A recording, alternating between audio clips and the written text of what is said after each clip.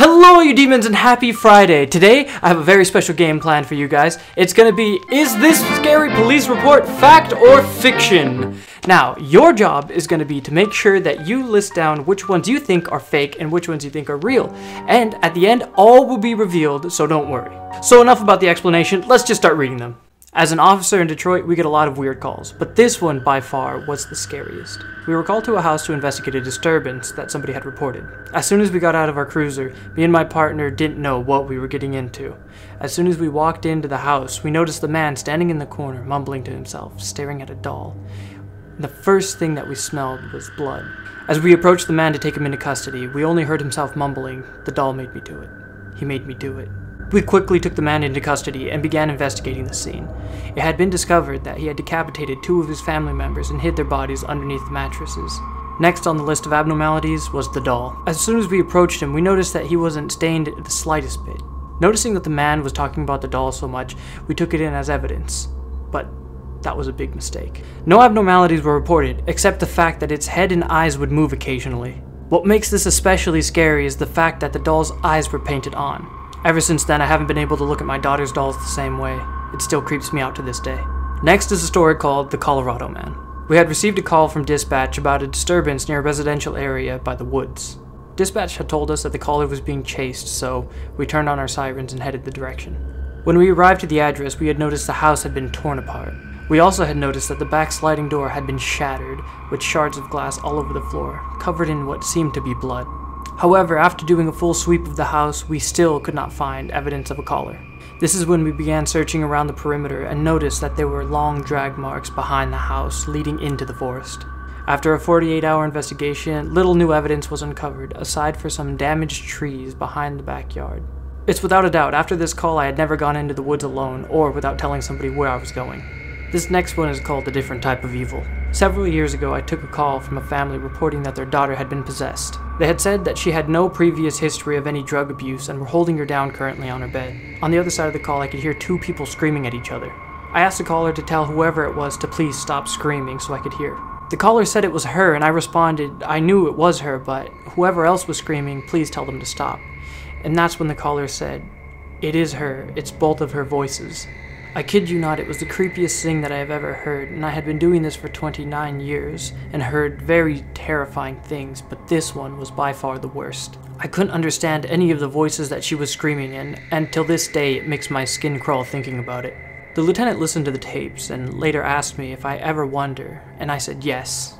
Yes, I do. Our next story is called Cell Number 1. One evening I brought in a guy for a domestic disturbance. During the process of booking Mr. Tough Guy, I glanced into cell number 1 and noticed there was a guy with short hair wearing glasses in there. I quickly averted my gaze so that I didn't attract any attention and he didn't want to ask for a phone call or something. So we finished the process of booking this guy, and as I'm taking him to his cell, we pass cell number 1 and I see the guy in there doing nothing but just staring. Later, the sergeant instructs me to go make a head count and make sure that all the documents were in order. As I'm doing this head count, I notice there's nobody in cell number 1. I immediately reported this to the sergeant, and he was just as panicked as I was. Upon reviewing the footage, we see an individual in cell number 1. However, while looking at it, it seems to just disappear with a blink, just like that, out of nowhere. We still hear and see things every now and then when we pass by cell number 1. Occasionally, we find other inmates talking in the direction of cell number 1, despite nobody being in there. Till this day, I'm wary of going into booking alone. Before we move on to our next story, please let me know that you enjoyed this video by hitting that subscription button down below and commenting down what you think about the story so far. Now, without further ado, let's get on to the next one. Next on the stories is one called Welfare Check. We were called into a welfare check one evening because an elderly woman who lived next to the caller had not been seen in a few days. This night we were having a bad thunderstorm without any rain. We arrive at the caller's house to talk to them, and this is when they tell us that the 90-year-old woman had not been seen for weeks. They also explained that the woman was in her 90s and lived alone. After repeated knocks on their door, they still did not answer. As we approached the house, we noticed that the car had about a 3-inch layer of dust on it, indicating that it had not moved for some time. I knocked on the door loud enough for an elderly woman to hear. After a few moments with no response, I began to look around the house, assuming that she is deceased. As I began to look near the front windows, I noticed a blue, ominous glow. The windows were 7 feet high, so I had to lift myself up to look in. There I can see the blue glow of a TV on, and a red blinking light from the phone. However, there were still no signs of life. I turned around to let the caller know that there were still no signs of life or anything weird going on inside. But as I turned back around, that's when I saw her. The elderly woman was staring at me with her face pressed up against the glass. I couldn't breathe. It felt like I had been hit in the chest with a bat. I had fallen off the bucket hard and the caller had ran over to help me. I immediately pushed them off and ran back over to the bucket to look inside. My heart was pounding, but I knew I had to see for myself. With my hand on my gun, I looked inside and noticed a frail old woman standing in the hallway. I saw that she was wearing a long nightgown, and this is when she looked at me from the corner of her eye. She began to walk down the long dark hallway and disappear from my vision. To this day, that image still unnerves me. After I had gotten down, the caller came to me with a puzzled look on her face, and I said that I had seen her. I immediately got in my cruiser and drove back to the police department. I never found out about the lady that lived there, and I've never heard back from the next door neighbor. All I know is that some things are better off left alone. Over 20 years ago, I responded to an alarm call over at an old PTA building in Austin, Texas. The alarm had gone quiet by the time I arrived. We had noticed an unsecured door on the far east side before we finished our perimeter check, so my lieutenant stationed me to stand there for a while. I was staring right at the door when the alarm immediately turned back on and the door slammed in my face. The senior officer ran back to my position, asking why I had closed the door, and I just told him that I didn't. We called for a canine and the dog arrived shortly. We went through each room, securing them with the canine unit. We didn't find anything, but the entire time the dog felt like there was somebody there. We secured the building and eventually the key holder showed up, and that's when he told us, "You know this building's haunted, right?" Apparently there had been a secretary that worked there for about 30 years, and after she died, she continues to return to apparently do paperwork. Reports of doors closing and paperwork flying off a desk were not uncommon. We told the key holder the next time there was a call at this place, it was his. I don't blame those guys. I'd be like, yeah, no, this is your call, man. I'm gonna stay in my cruiser.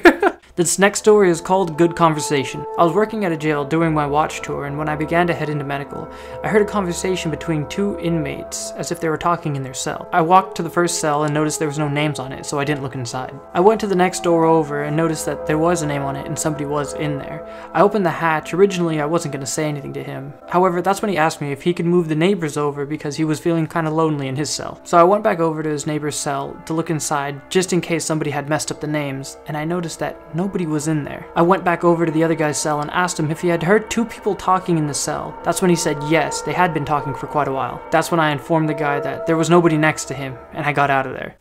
That's so messed up. You're just gonna tell this guy, oh yeah, by the way, I'm hearing some ghosts next to you, but well, it's about quitting time, gotta go.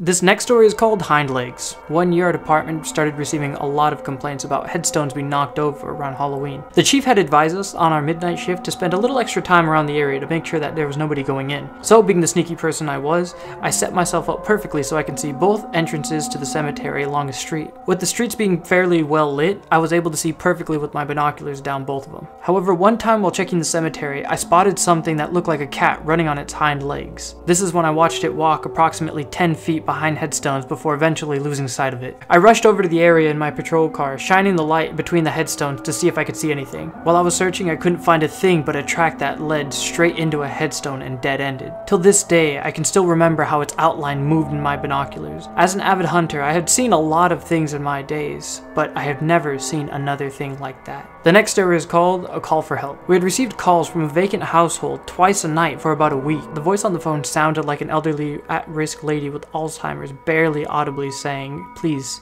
help," with coughing and totally unresponsiveness to our calls. I confirmed with my sergeant that the house's last resident was a daughter caring for her mother who was dying of stage 2 lung cancer. This definitely sent a shiver down my back. Now comes the time where we reveal which ones were fake and which ones were real. You may be surprised to hear that the only two stories that were fake were the one about the Colorado man who was dragged out of his house and the ventriloquist dummy. All the other ones are completely real. Thank you all so much for watching. If you guys enjoyed this, please hit that subscription button down below. It lets me know that you love what I'm doing, and it makes me love what I'm doing even more. Comment down below which one was your favorite story, or maybe even a scary story of your own. And as always, stay spooky. Bye-bye.